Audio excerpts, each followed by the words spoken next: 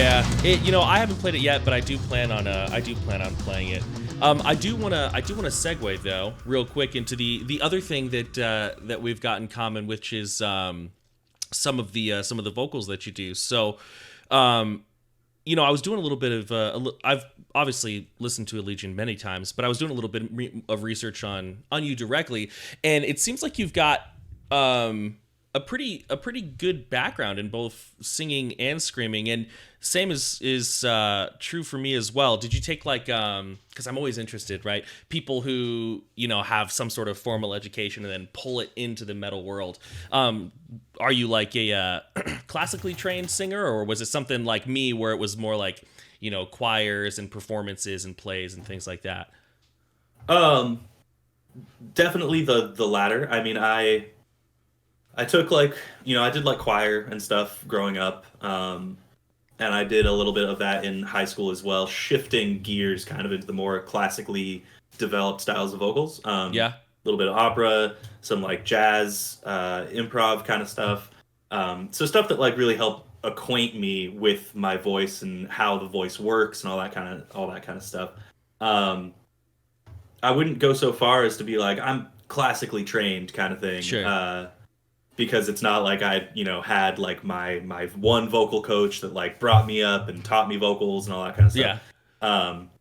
That's definitely not the case. A lot of it, I mean, I started doing metal stuff or experimenting with like extreme vocals when I was fucking like 14, maybe a little bit younger. Because I was like a gigantic Cradle of Filth nerd back in like 2001. Dude. Yes. Dude.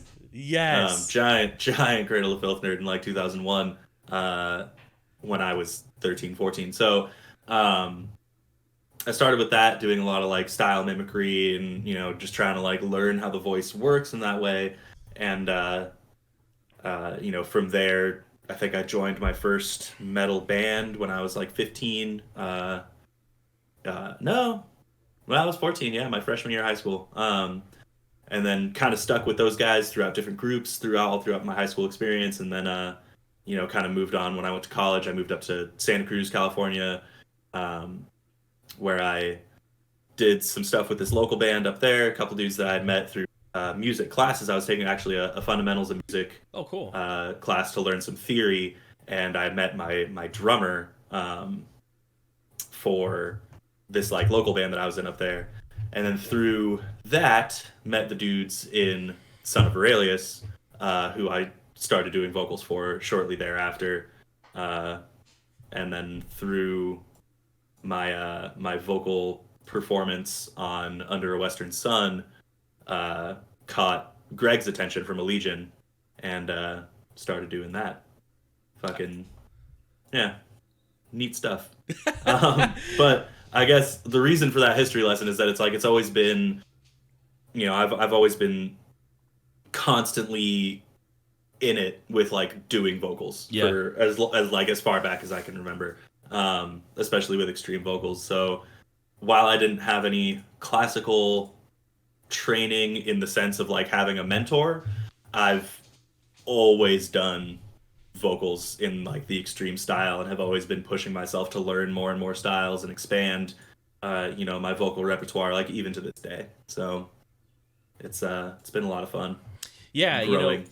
It's awesome to hear you mention Cradle of Filth, man. Yeah. I remember practicing along to Swan Song for a Raven back, oh Lord, right when it came out, whenever that was, and I sounded like hot garbage, dude. Like, oh yeah, dude. it was so bad.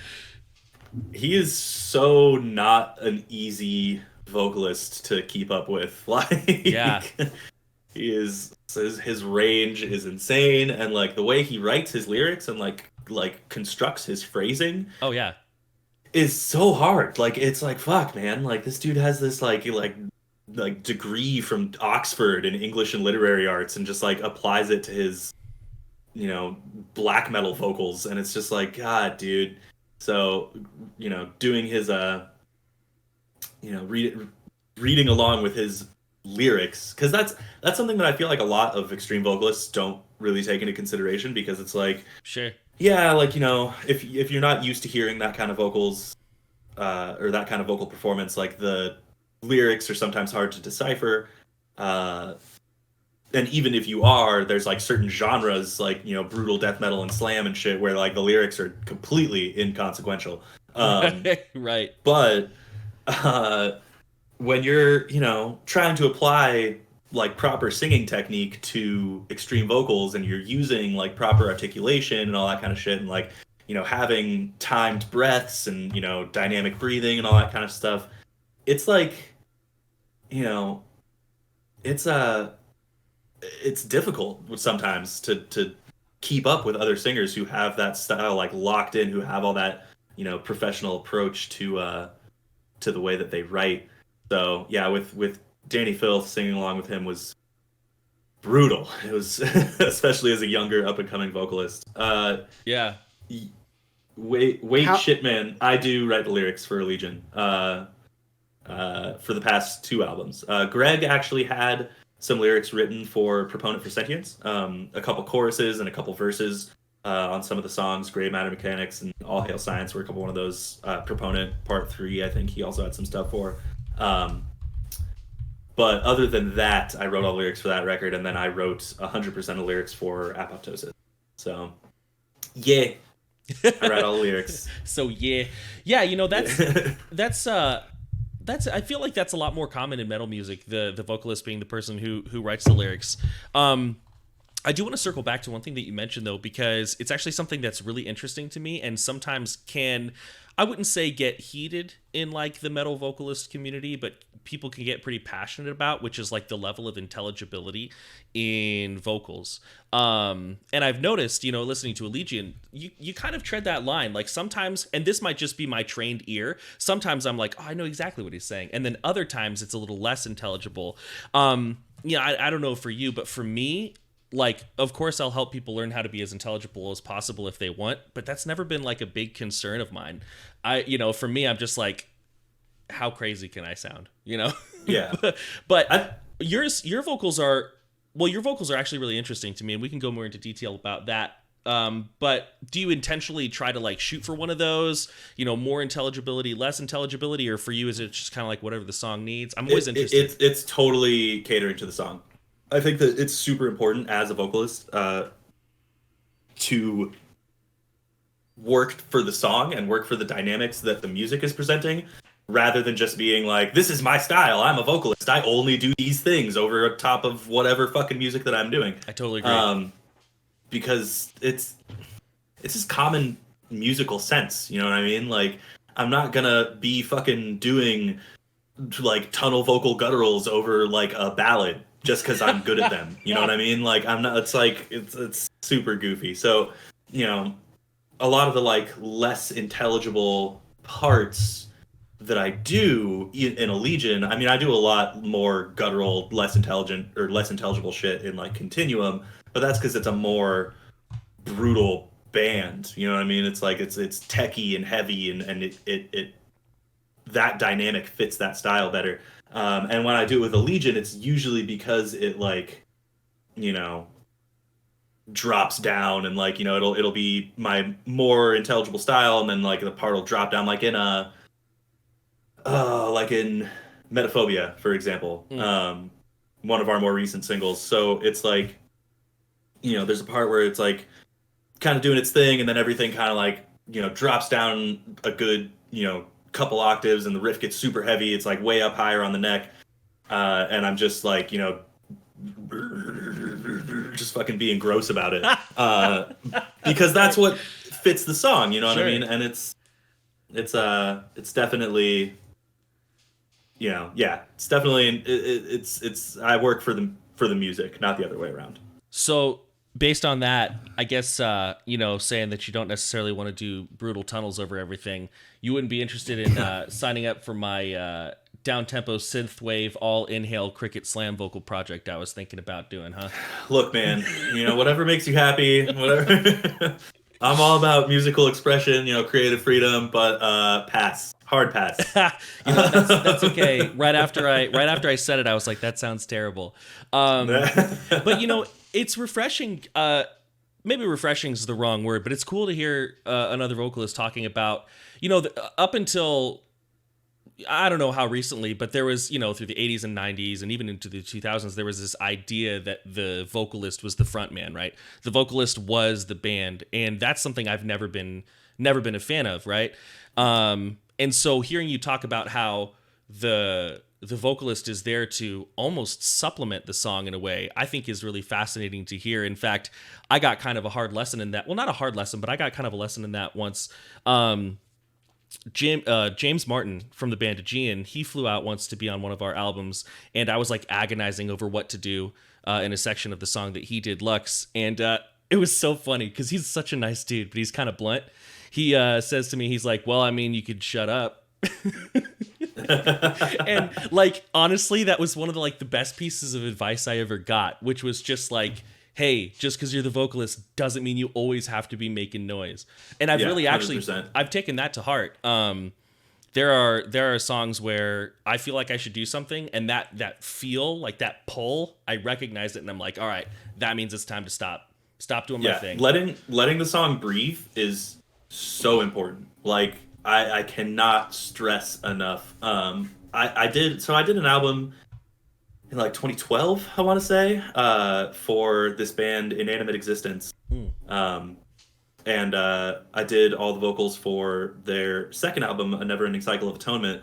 The thing is, though, is that I was like a hired gun. Like, I did not write a single part of that record. Like, oh, really? The way that we did the vocals was that the guitar player, Cameron, who does vocals for them now and has always written all their shit, he was in the vocal booth with the engineer, and then I was in the vocal booth, and then he was in the booth with the engineer, and we'd put something back on playback, and he'd be like, all right, so this next part is like the stars align, shining light upon the path, and I'd be like, the stars align, shining light upon the path, and that's how we did the whole record. That being said, I love that record. It's super fucking good. However, none of the vocal parts breathe, and that was my biggest hang up with that record. Was I was just like, fuck, dude, I love the patterns and I love the lyrical content and the concept's so cool and the music is so sick, but fuck, I wish that these songs just had a minute to open up every once in a while. And I think that they've gotten a lot better at that over the years. Those guys have never put out a bad record. But yeah, it's important, I feel, especially in metal and anything with extreme vocals. It's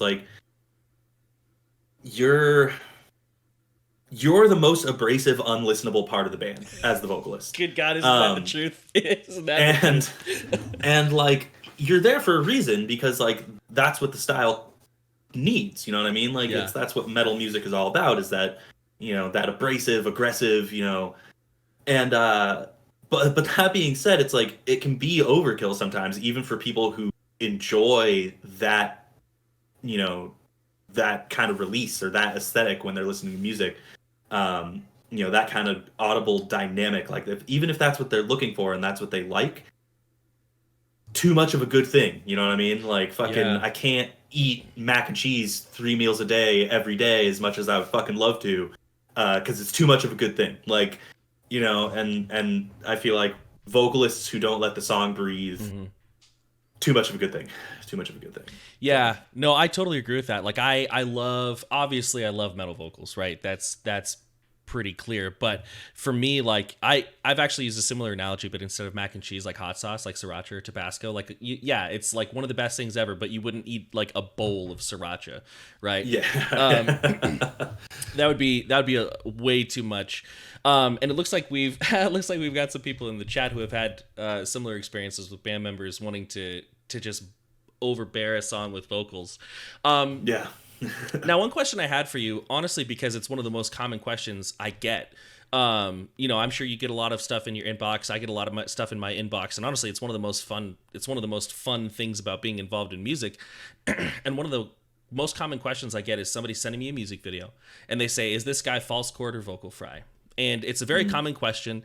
It may be a common question that you've been asked, but, I've listened to your music and I feel like I hear potentially a little bit of both. Definitely like that mid, like false chord roar, but feel free to tell me if I'm completely off base. Do you find yourself kind of sitting with one of those more than the other, or do you have another? I think that I do more false chord than anything else. Vocal fry, and correct me if I'm wrong, but vocal fry, as I've always understood it, is just a slightly more distorted vocal distortion. The difference between when I sing a clean note, and hopefully my mic doesn't cut out when I do this because sometimes it clips a little bit, but I apologize ahead of time. So if I'm singing like a clean note, right? If I'm doing like a oh, right? Mm-hmm. And then I add vocal distortion to that, and that then becomes like a right? Vocal fry to me, or as I understand it, I shouldn't say to me, that's dumb, it's a universal term, but as I understand it, is basically just taking that same vocal distortion and then just kind of like graveling it up a little bit and doing like a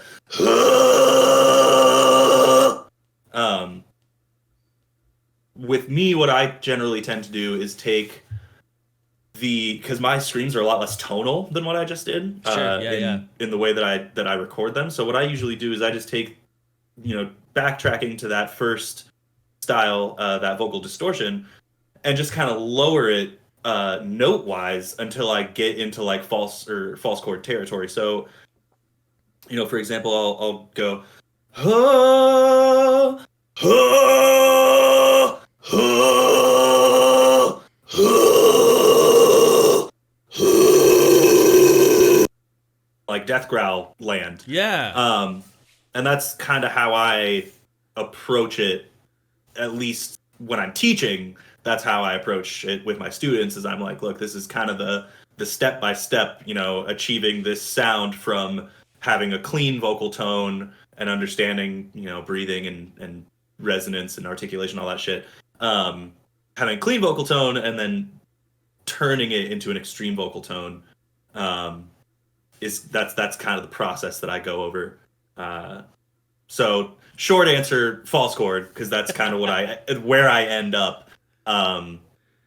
But vocal fry for me doesn't really. It's just not really my style so much, just because of how tonal it is. Yeah, so with vocal fry, they're just like anything, there are multiple shades of it, right? And that's one thing that I think a lot of people either don't know or maybe misunderstand. Now, I'm like you, I'm primarily a false chord guy as well. The only reason for that is that's just what I liked when I first started getting into metal vocals, and then as time progressed, that's just, I don't know, that's just the kind of music that I was doing. But like with a false chord, like you can do like more of like a roar, or you can do like the super compressed, like tighter, like more deathcore, like right? Yeah. And it's kind of similar with fry. So fry, like, yeah, you can have tonality on it, like Devin Townsend style, just like you mentioned. And I think, speaking of Devin Townsend, I was supposed to see him on Monday and it got canceled. I get it. I'm not against it, but boy, am I bummed. Yeah. Because I think he's on Twitch now. Is he? Well, I knew that he had streamed in the past. Is he doing it more consistently now? Yeah, he just like started it back up. Because all this shit. Yeah, that's amazing. I think he has one of the best, like what I call pitched fries out there. Yeah, totally. But you can also take away some of that tonality from the fry as well. So like we all know like the people who talk like this. Oh my god! And you can hear how on that trail out, there's a lot less tonality, and it can kind of build on that. But yeah, I'm not much of a fry person either. But the way that you get into those false chords, that's actually, I've never seen anybody do it that way. That's really fascinating. Is that something that you kind of figured out on your own? Because it sounded like it worked really well.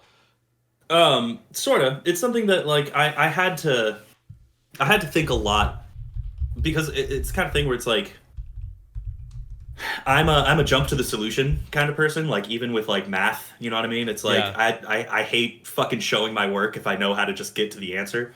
And so I'm the same way, where I was the same way with vocals. It was like, I can do this. Why do I need to know how I got here, kind of thing. Sure. And it wasn't until I started doing throat singing, tube and throat singing, that I really started to be like, okay, like how does this work? Because I discovered it on accident. I was I was aware of the style and I was like, oh, it's so cool. I wish I knew how to do that. Like maybe one day, kind of thing. And then I was practicing expanding my lower register at just like a rehearsal that I was doing, and like accidentally like tripped into it, kind of thing, because of the way that I was doing my low stuff. Sure. I was doing like a like trying to like get it super low and gravelly, and in doing that hit that dormant vocal cord style that you have to do for throat singing. And the way I used to explain it was, I was like, you remember that show fucking Inspector Gadget, like the bad guy Dr. Claw, how he would be like, next time Gadget. So like that's essentially the same part of your voice that you're using for throat singing, where you like, Exactly. And then from there, it's just about applying tone and refining it so that it becomes like a kind of thing.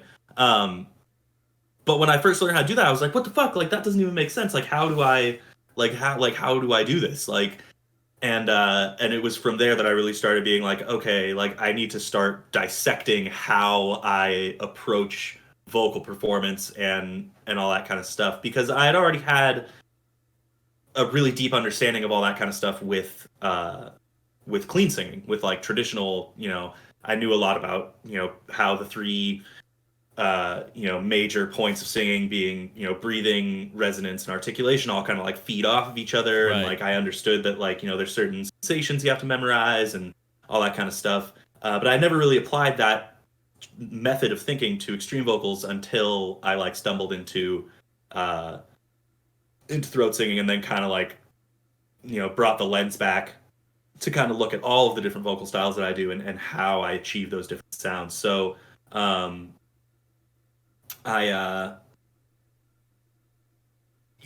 to again, long answer leading to short answer. So I kind of, I when I was developing my singing style and developing my style of extreme vocals, I wasn't approaching it from the way of like, oh, well, if I do vocal fry and then take it lower and lower. That was something that I had to discover after being very familiar with my style. So, yeah. Yes, Lubimus, I am doing the throat singing on All Hail Science. That is something that people bring up to me a lot. People are like, if I had a fucking nickel for every time someone, oh, dude, like, where'd you guys get that throat singing sample on fucking All Hail Science? It sounds so real. I'm just like, yeah, man. It is real. It is real. It is real. Yeah, I do the Kierkegaard style that I just did a couple of minutes ago, and then I also do the Siget style that you can hear in the background, the more overtone whistly kind of thing. That is also in that intro. Yeah, I've been doing throat singing for a long time, since like 2010, I want to say, was when I really first started getting into it, and I, have expanded since then. Yay. That's awesome. And I find, one thing I'm noticing also in the vocal community is that throat singing is getting more and more popular. Or I maybe not popular, but more and more people are getting interested in it. And I think it's just because it's a new way for people to use their voice that, pushes sort of a Western boundary. And that's something I've been noticing. Obviously, throat singing has been around for a while. I'm not going to say that metal bands have never utilized it. But like throat singing more extreme Japanese, East Asian bands. It's just all becoming very popular here in like the Western side of the metal world. That's really fascinating. Real quick, I just want to make sure, are we getting a lot of lag or latency on this stream? Because it's looking like it's getting a little bit of a hiccup there. It looks like it's getting. I have the stream pulled up on my end. It looks like it's getting a little choppy here and there, but I think that overall it's good. On that note, speaking of streams, I have to piss real quick. I will be right back. I've been on a liquid diet. I started getting a little bit of a cough a few days ago, so I'm trying to get ahead of it. But I'll be right back in like 0.5 minutes. Okay, so 0.5 sounds good. Make it 0.6 so you have time to wash your hands. You dirty bastard.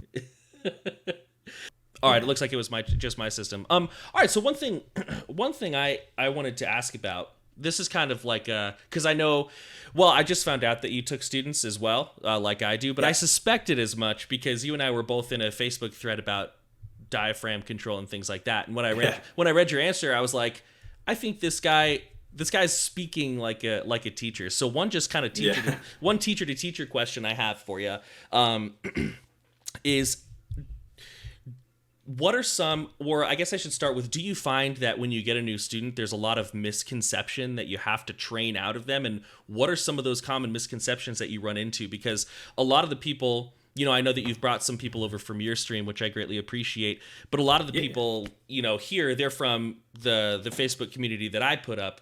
Right. And so there are people who don't just listen to the music, but they're like looking to perfect their craft. What are some of those misconceptions that you find? There's so many. So many. There's so many. So a lot of people treat the biggest misconception that I come across is people who treat the voice as an instrument like a guitar or like a piano, where it's like there's, if you do these exercises and you do these techniques, like you'll just get better over time kind of thing. And with singing, there are certain things that you can do, like certain conditioning exercises, certain breathing exercises, posture exercises, all that kind of stuff that will overall help you.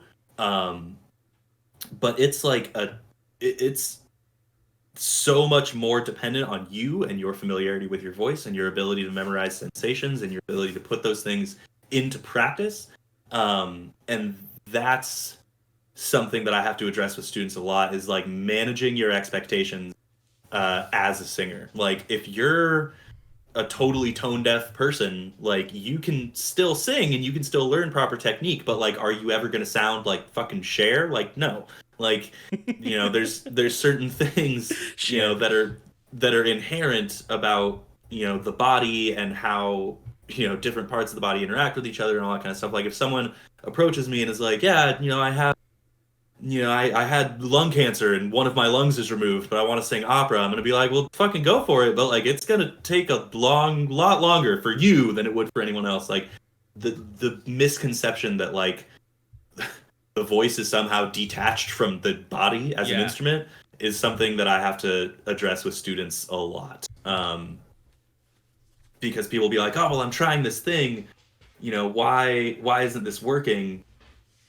I have to explain to them like, okay, well, like anything from like, muscle fatigue from being at the gym the day before to having like a pre-existing health condition. Like there's so many different things that can affect your vocal performance, that I have to kind of, drill that information into people's heads, being like, look, it's your voice is your body, and it's only going to be as good as you treat your body. Like if you try singing with all this tension and you're not, releasing tension in your jaw, neck, and shoulders before singing, you're going to sound like shit. Like exactly. It's just kind of how it is.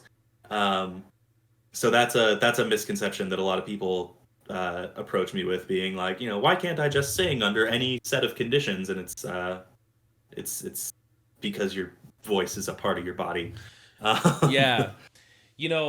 That's really interesting to hear you say that, because I mean, it's definitely one that I run into as well. One way that I try to not necessarily, I would say, combat that, but just make people understand that, like, it's like your analogy is perfect. It's not a guitar. You can't just, buy a new set of pickups and install them, right? You have what you have.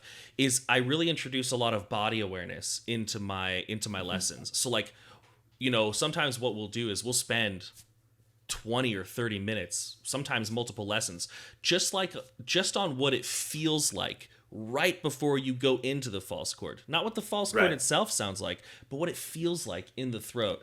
And that's such a huge thing. And sometimes I get not frustrated with my students, but frustrated with the famous outliers who can down a bunch of whiskey and do like crazy vocals for a set, because I'm like, you are a bad example, and yes, you are the exception, but you are creating this idea that you're the rule, and that is not the case, And the thing is, though, is that it's like, really anyone can do that. Like, anyone can down a bunch of whiskey and do a set and still sound sick. But the thing is that it's like, the long-term repercussions of that are going to be devastating. You know what I mean? Like, and it's just good to build good habits. You know what I mean? Like, am I going to sit here and say that, like, I've never had a beer or a shot before getting on stage? Like, fuck, like, I do that shit more than I'd like to admit. You know what I mean?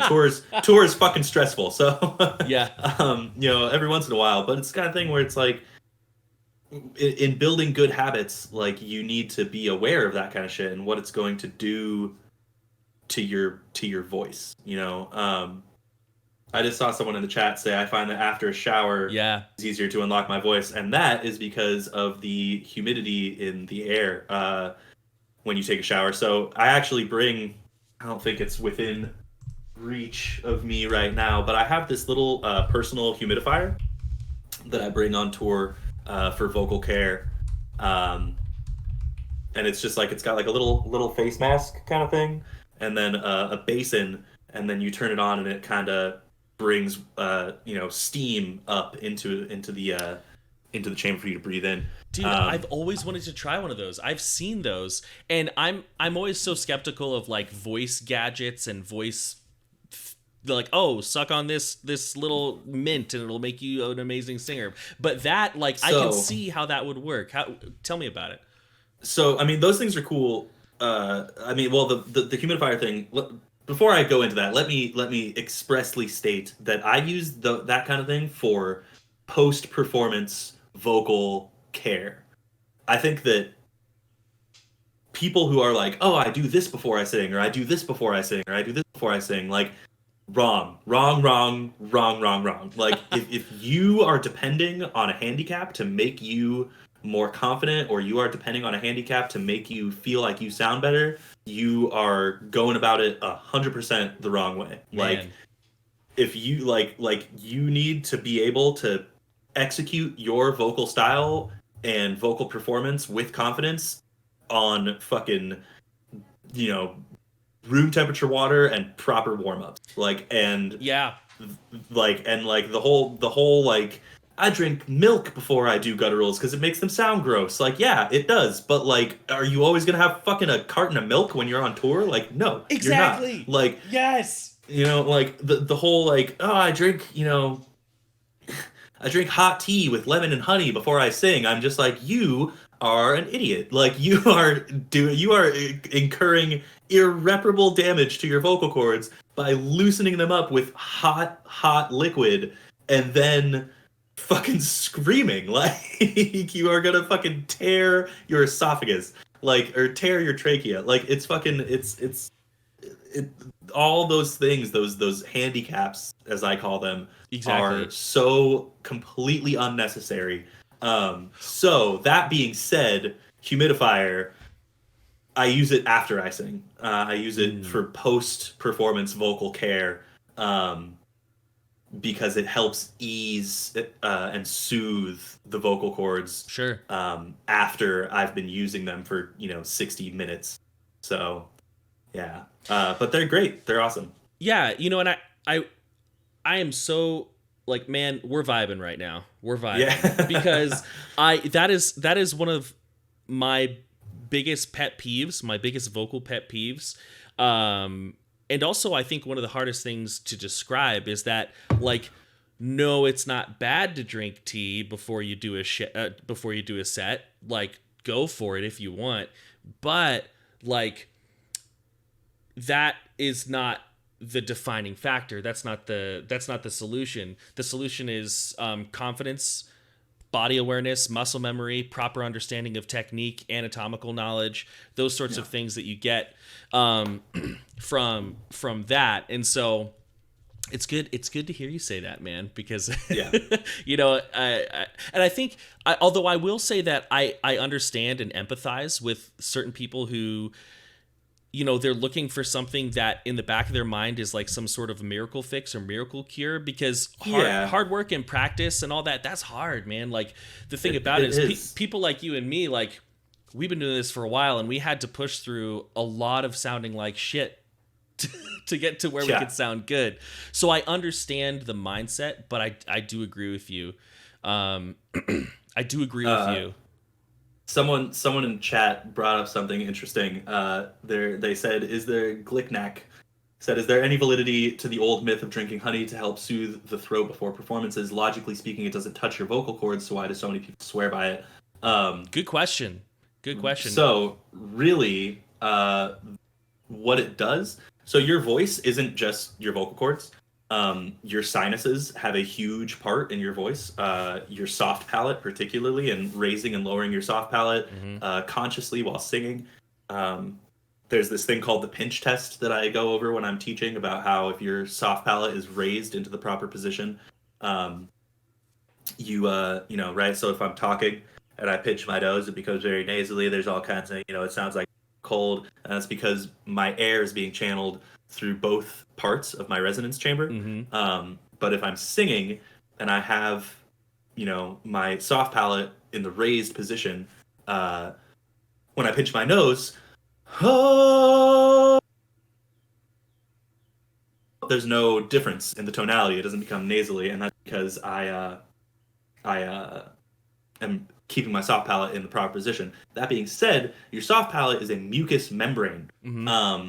And things like milk and honey and all that kind of stuff, they coat your mucous membranes in a viscous material, whether that's the, you know, wax from honey or the fat from milk or whatever it might be. And so they do provide a little bit of like a cushion, a little bit of like a handicap. So there is some validity to that. It's just like I said, you're doing yourself a disservice by using those handicaps, because if all of a sudden you don't have milk or you don't have honey or you don't have whatever, you know, weird contraption you might be using, you'll find yourself in a position where it's like, oh, I sounded like shit all night because I was relying too heavily on this handicap. So, yeah, made people do a shot of extra virgin olive oil before audition. Same kind of thing. It's like you're just coating your mucous membranes in oil, which is, you know, fucking.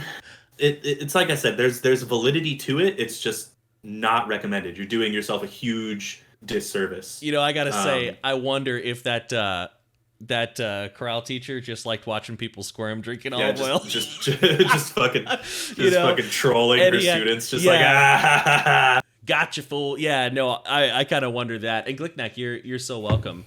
You know, you also yet again touched on something that is really, I think, not as commonly thought about, which is that, you know, your voice really exists from like here to here. Yeah. You know, your voice is, and you know, it's even a little bit more, but like the base of your sternum to the top of your head, that's where your voice is. If your voice was only your vocal folds, your voice would sound like, you know, that's all it would be. Oh man. So that's cool. You know, that's really interesting. I like the approach that you take with your students. That's really cool because, and I think that's something that's really actually fascinating. You know, there's a growing demand for good, knowledgeable, extreme vocal. For some reason, I don't like that term, but it applies. Extreme vocal technique. A lot of people are getting more interested in like the academic side. You know, they don't want to just go into a sweaty basement and start thrashing their throat open. So it's really cool to hear that you've got, you know, from this meeting a really solid sense of knowledge. Yeah. Thank you. And it comes from, years of practice and years of learning from other talented vocalists. You know, Travis Ryan is a very good friend of mine, and he and I talk vocal shop all the fucking time. Mhm. Like, and it's just, you know, when it's it's kind of thing where it's like way back in 2010, my first tour ever was with Cattle Decap, and Oh damn. you know, whatever. Well, it was a different world for them in 2010. I'll just put it that way. They definitely weren't selling tickets like they are now back then, which is it's very interesting. But it was my very first tour ever, which it's really funny looking back on that lineup because it was like Cattle Decap and Devourment in 2010, and like some of these nights we were playing for like fucking 15 people, and if Cattle Decap and Devourment went out today, like holy shit, sold out every night, like 100%. Yeah. Anyway. So, you know, after that tour, we both live in San Diego. And after that tour, it was like I would, you know, hit up Travis for, you know, vocal ideas on like, oh, like I'm trying to expand this part of my register. And then, you know, he would hit me up for like, you know, more world music, like throat singing kind of thing. And we would kind of like bounce vocal knowledge off of each other.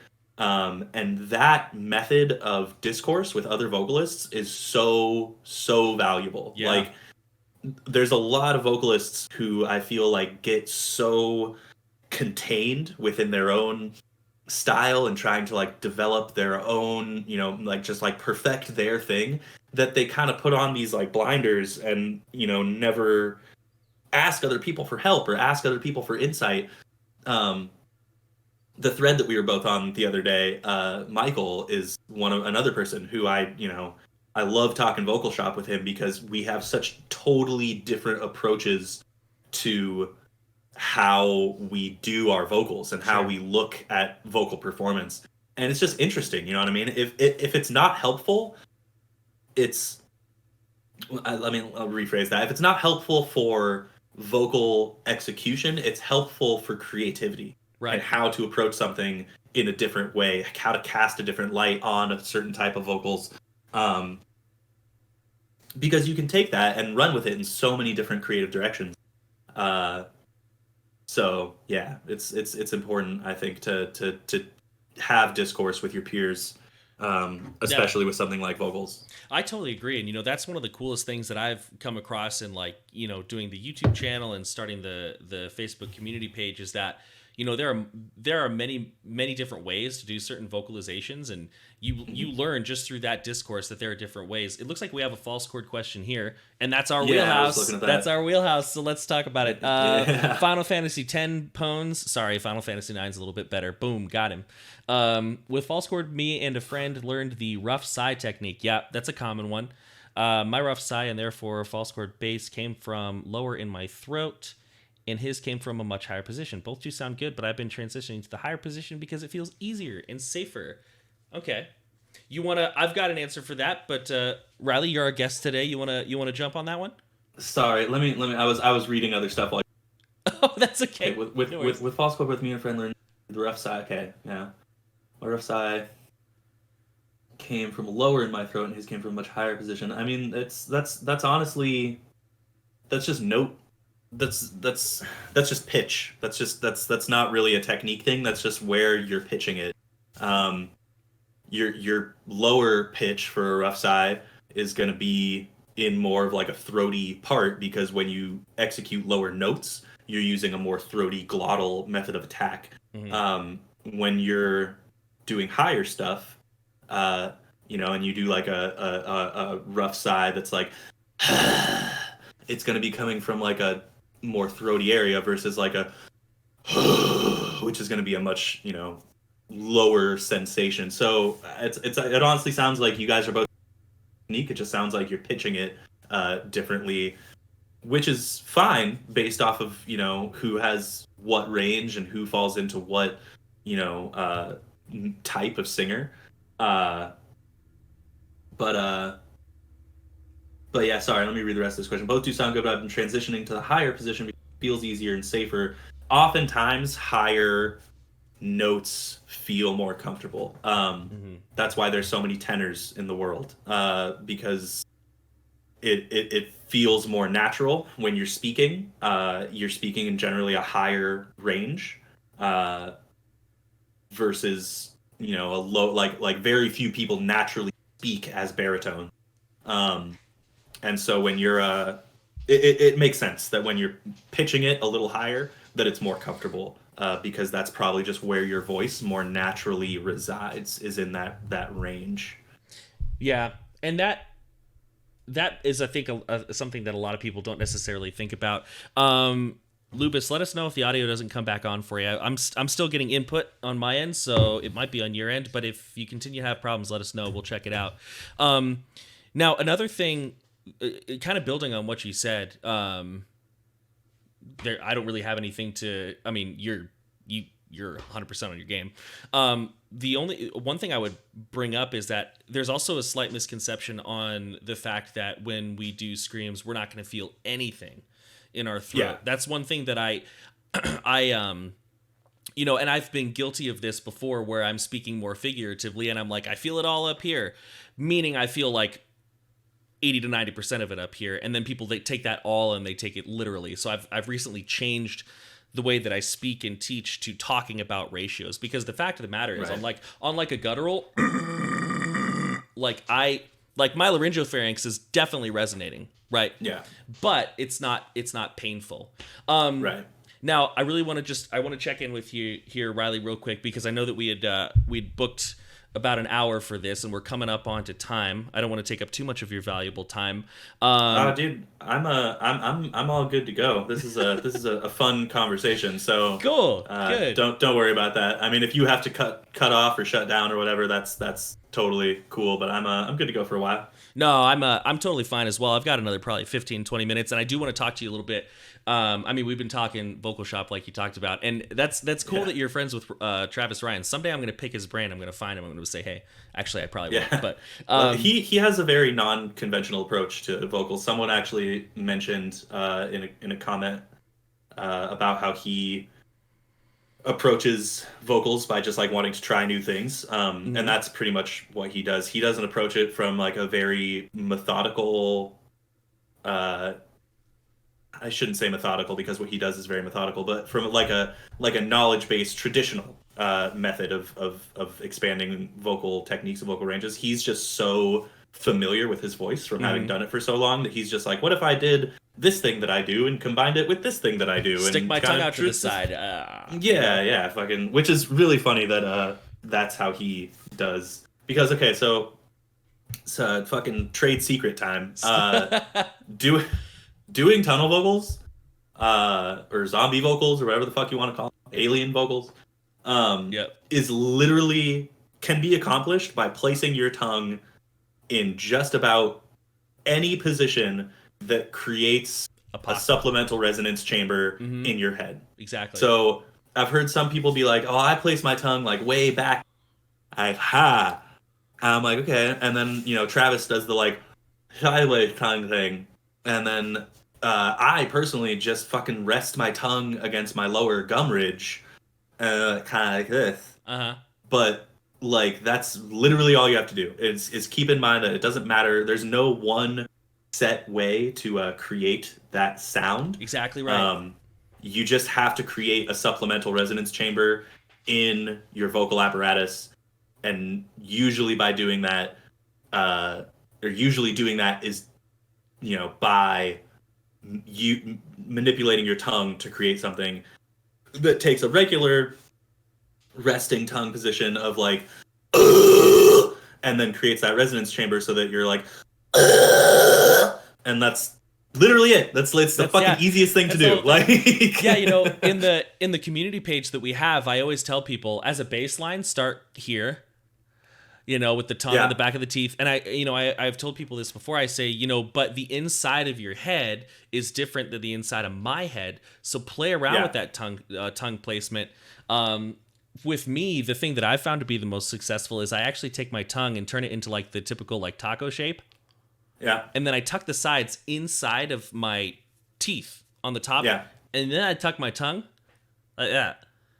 Huh. That's how I did. That's very interesting. I'll have to try that. You should. And you've got a beard. So sometimes what I do, I'm serious, it makes a difference and it sounds dirty. Like I did this on the recent Viremia single, Glioblastoma. But the cheeks, I take the cheeks because like a tunnel without it sounds dirty. Give it a try sometime. Give it a try. It's a lot of fun. That's so And you can do it on gutturals and stuff. Plus, like people, and you're on stage way more than me. So I've tried to get vocalists to do it before, like some of my previous students. So they're like, nah, man, that looks weird. So next time you go on tour, do it on stage and just tell me how people react, please. I will. Okay, something else I wanted to mention about what I just heard in your. There's a lot of no's. There's a lot of no's in your execution of that fucking tunnel vocal. See, I don't really do that, and it's something that I need to work on because I like have built it so hard into my muscle memory to just keep my soft palate in that raised position and like never fucking let air come out through my but it creates so much grosser of a sound when you fucking like open up that fucking when you lower that soft palate and do that nasally execution for that vocal style. And that's a good ear that you have. I'll tell you exactly what I'm doing. Obviously you nailed it, the soft palate. I'm letting that fall and kind of slap a little nasty against my tongue. And then I'm also, one thing I've been playing around with more is while I'm screaming, actively pushing air through my nose to get a little bit more of. Now you're not going to have as much longevity, generally speaking, but to kind of get that like grizzly bear or like that moose. Some people call it the fucking moose sound. The moose sound. And I've been having a lot of fun. It's easy. It's easy with highs for me. Lows are a little bit more challenging. That's something, because obviously we teach and we do vocals in bands, but we on the side we have our techniques that we're trying to learn and working on, right? Yeah. Because we want to keep growing too, just like our students do. But always. The lows, it's a little bit difficult because for me, I've got the same situation. Trained muscle memory to pull that soft palate up, the same way you do for like Brahma Tojeto, right? Because you want that space to resonate, so it's weird. But yeah, interesting that you mentioned that. That's a good ear you've got. Yeah.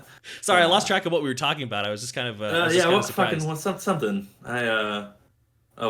Real quick for Final Fantasy X Pones. I as much as I love, I have to show you something. I actually have a gigantic fucking anima tattoo right here, bro. From Final Fantasy X. So hell yeah, bud. Final Fantasy X fucking rules. 9's better. I remember one of the things I wanted to ask you, if you're cool with it. It's actually something I've just been asking a lot of people, because Kardashev, my main band, like 3 or 4 years ago, we just went to a studio band because we were pretty tired of playing live and all the crap that comes with it. But it's always still interesting to hear what's going on. So with everything that's happened, I know that you were on a tour.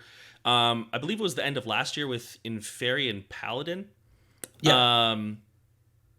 I saw a tour schedule online a little while ago that said you're coming through my part of town in April, but is that still on? With no, we announced that we had to postpone it. I missed that announcement. I was sitting here like, hey, maybe I get to go. That's understandable, though. Yeah, no, unfortunately, it just got to the point. We were trying to save it. We were trying to like really salvage it, even in the midst of like tons of. Sorry, can I talk about how Bernie Sanders is just chatting on Twitch right now to 3,000 viewers? Anyway, is he really? Sorry, yeah, I'm looking at my recommended channels and it's fucking ridiculous. Anyway, so we were trying to salvage it. We were trying to save it, even in the midst of all the cancellations that were happening. Yeah, we were trying to contact promoters, being like, hey, like right. Basically, there was a point where states were limiting public gatherings to 200 people or less.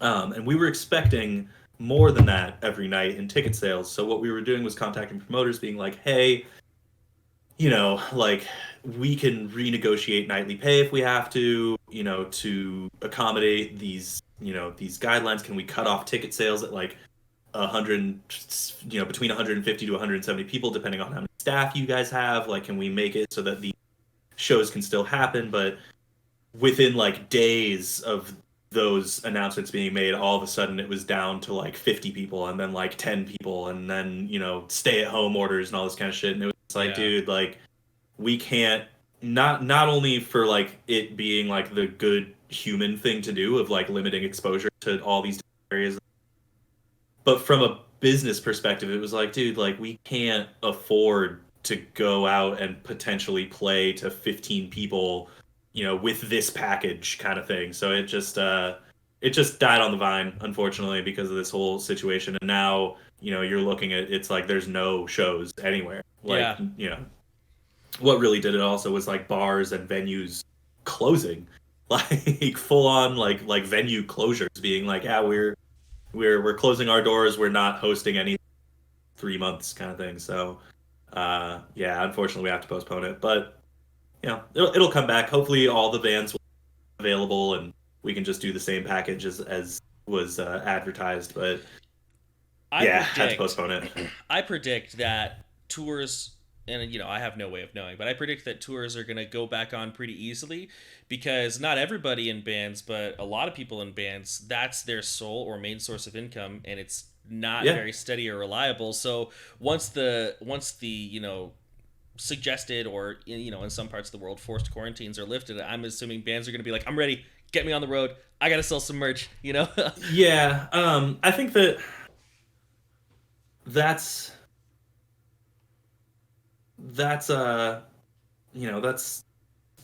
partially true. I think that it's not totally up to the bands. You know what I mean? I think the bands are going to be ready, but whether or not, their managers are going to condone it, or the booking agents are going to be able to work with people, or the venues are still going to be around, or the promoters are going to be back to work. There's a whole lot of moving parts that all need to be on the same page before things, get back to normal. Yeah. But I think that bands, we're all fucking creative people. That's why we're in this industry.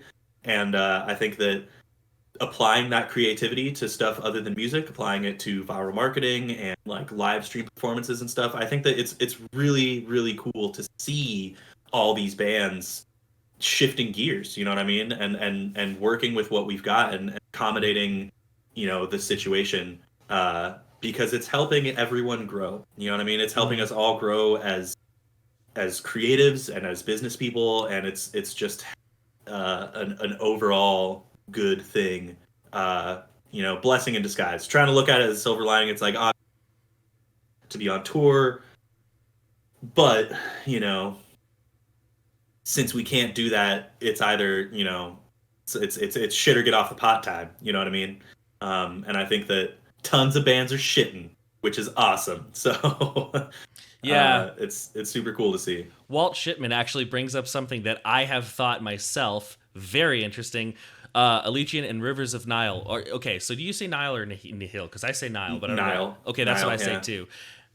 Being my dream show, I actually have thought that. I have thought, like, these two bands, I would love to see them both play the same set, because... So, Allegiant and Rivers toured before anyone gave a shit about either band. I didn't know that. Oh, man. Yeah, it was, I want to say it was Allegiant, Rivers, and Wretched? Let me see. Oh, damn. That's a lineup, dude.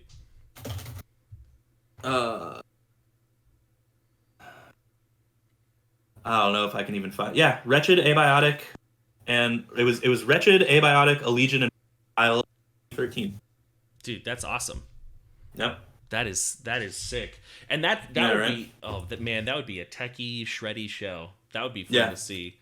And it's funny because it's like that was the year before Elements of the Infinite came out, which was the album that like really I think put Allegiant on the map with like 1.618 and all that kind of stuff before my time with the band. But and then that was like Rivers' like first album, maybe like that was like really early on into their.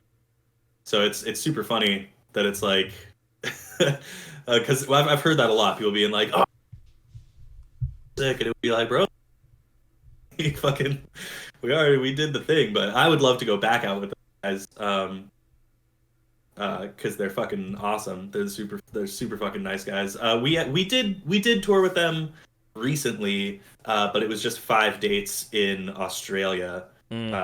It was Nea Obliviscaris, Beyond Creation, us, and Rivers. fucking love those dudes. Super great guys. You and Beyond Creation would be a trip as well, because like one thing I like about Allegaeon and Beyond Creation is the bass work.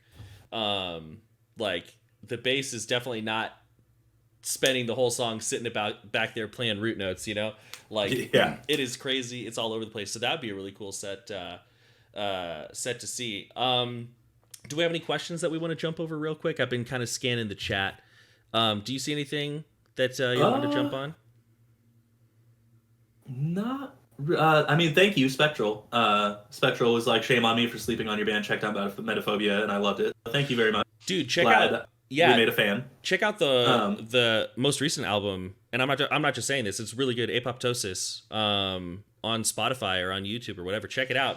Buy a copy of it because it is quite the journey. I really enjoy it. Thank you. Yeah, it was definitely my favorite album to work on so far, which I think is a good sign, right? Like fucking I recently watched something with, speaking of Rivers of Nile, with Brody, where he was talking about how it's like, when you're working on something, like, it's yours, but as soon as you release it, like it's no longer yours. Like it's the world's, you know what I mean? Like it then becomes like everyone else's to listen to and to take from it what they will. And I really agree with that philosophy. Especially because I have never released an album that like a month after releasing it have gone back to listen to it and been like, oh man, I wish I did all these things. Oh really? But it's good though, because I view that as growth. I view that as like creative growth. It's like, if I'm super stoked on something that I'm doing and then 3 months later I revisit it and I'm just like, oh fucking, that could have been done better, or that could have been, this or that. Like, it makes it just says to me that I'm doing something right. Dude, that is a good, healthy outlook to have. Every time we release something, I hate it for a month. Yeah, 100%. I'm just like, this is garbage. This is hot garbage. I mean, if you look up interviews from this last album cycle, you'll hear me and Greg say a lot that like this album's writing process was really difficult for everyone in the we were touring a lot more than we had any fucking right to be. Like, we should not have been on the road that much. Like, there were tours that, we had turned down, that we had then been kind of like, poorly advised into taking by management that is no longer with us, thank God. But sorry, not to cast shade, but anyway, fucking but yeah, like just it was a poorly managed cycle for us. Yeah. And it caused a lot of strain on our writing process. But because of that, I feel like it had more like emotional depth to it, because we were all just so at the end of our rope. Like, we ran out of fucking for this record like months before even recording it, you know what I mean? Like, yeah. So because of that, there was, like I said, just I feel a lot more emotional depth in its production. I feel like that really shows with this record compared to other ones. So yeah, listen to it if you are so inclined. I'm definitely proud of this one. Yeah, you should be. And I think that every band has to have that, at least one album where at the end of it you're like, that was kind of miserable. Yeah. Yeah. Well, and it's funny because like in a lot of reviews, people are like, "Wow, like Apoptosis is good. It's not quite as like big or epic as Proponent for Sentience was, but like it's still really good." And I my only response to that is like, yeah, because with Proponent, we had nothing but time to like sit there and work on it and compose and construct and do all kinds of shit. With Apoptosis, it was just like, fucking sure, I guess, like it was whatever we gotta do. Yeah, exactly. So I definitely understand where that comes from. But yeah, it's still an album that I is near and dear to me for sure. Yeah. No. Oh, you got a question you're gonna answer? Go ahead. I do. I have no idea who Allegion or Allegion. Probably Allegion, because Allegion got their name from being called Allegiance, like I pledge allegiance. And then as soon as they started releasing shit under that name in 2006, 2008, something like that. They got cease and desist orders from 2 other bands named Allegiance. Whoa. So they were like, all right, well, let's change our name in such a way that will never happen again. And now we have a band name that no one knows how to pronounce. So, yeah. I listened to Apoptosis for the first time on my way back from dropping my girlfriend off at the 5 a.m. That album saved my life by keeping me awake. Had to pull over for Stellar Title Disruption and just sat on the side of the highway. Overwhelmingly great shit. That's fucking rad, man. Thank you so much. Dude, that's super fucking cool to hear. You saved a life with your music, Riley. Yeah, hell yeah. Whoa. Speaking of music, I did have one question I wanted to ask you. I don't know how much you're able to talk about it, but through the grapevine, a little bird has told me, and I'm sure it's not that uncommon knowledge, that you've got a single coming up on the horizon. I don't know much about it. I don't know how much you're allowed to talk about it, but yeah, I'm curious. Talk to me a little bit about that. How can I say this all without getting in trouble? Okay, so we are releasing a single coming up very soon, like within the next week or 2. Oh shoot. It is a cover of a prog band. If you know what's really funny? If you have been subscribed to our Patreon at any point in the past like 3 months, you already know everything. Because we were very transparent on our Patreon, because we were doing like Patreon live from the studio, so it was like, this is the song, you can hear it kind of. It's I can't announce, unfortunately, what song it is or by what artist, but I can say that if you've ever watched the first season of JoJo's Bizarre Adventure, you have heard this song a lot. Oh man, the nerdy references just continue sneaking in. I love it. Yeah, a big giant piece of weeb trash. But yeah, it's coming out. Follow me or Allegaeon on socials, and we will do the thing. Hey, Lubimus or Lubus Maximus, you might just be right. I'm not gonna say that that's what we're covering, but I will say that you might be right. You might be right. You might be 100% correct. I'm just gonna guess yes, because Lubus, your guess is as good as mine, and I've never seen JoJo, so your guess sounds good to me. Yeah, there you go. Well, that's exciting, man. That'll be cool to hear. That'll be pretty cool to hear. My internet's getting really spotty here. I don't know what's going on here. That's pretty much everything I had to go over today. Cool. I really appreciate you jumping on. I appreciate. Looks like we've got more people in the stream than we have yet, and this is my 3rd day streaming. So hey, I'm into it. I appreciate you coming on. Awesome. Is there anything else you want to say to the people who came because they're big fans, or even the people who are here that looks like we've got a couple people who've never heard your band before? Anything you want to sign off? Yeah, totally. I mean, thanks for coming by the stream. It's always appreciated. I hope that you guys got some good advice, or a good few pieces of knowledge to move forward in your own vocal journeys with. Please, if you enjoyed the stream, follow me on Twitch. My handle is Modern Retro, modern spelled with a 0. Follow me on socials, Riley McShane on Instagram, or Riley_McShane on Instagram, and All Hail Riley on Twitter. Allegaeon, Allegaeon, stupidest band name in the world. I've heard some bad ones on socials of all kinds, Allegaeon Official. And I hope to see some of y'all around. Cool. Well, it's been great having you on. I really appreciate you taking time out of your day. I know we all have a lot more free time, but still time is valuable. For anybody on the stream now, what we're going to do is we're actually going to sign off by listening to, and it's interesting, you mentioned, somebody mentioned Stellar Title Disruption.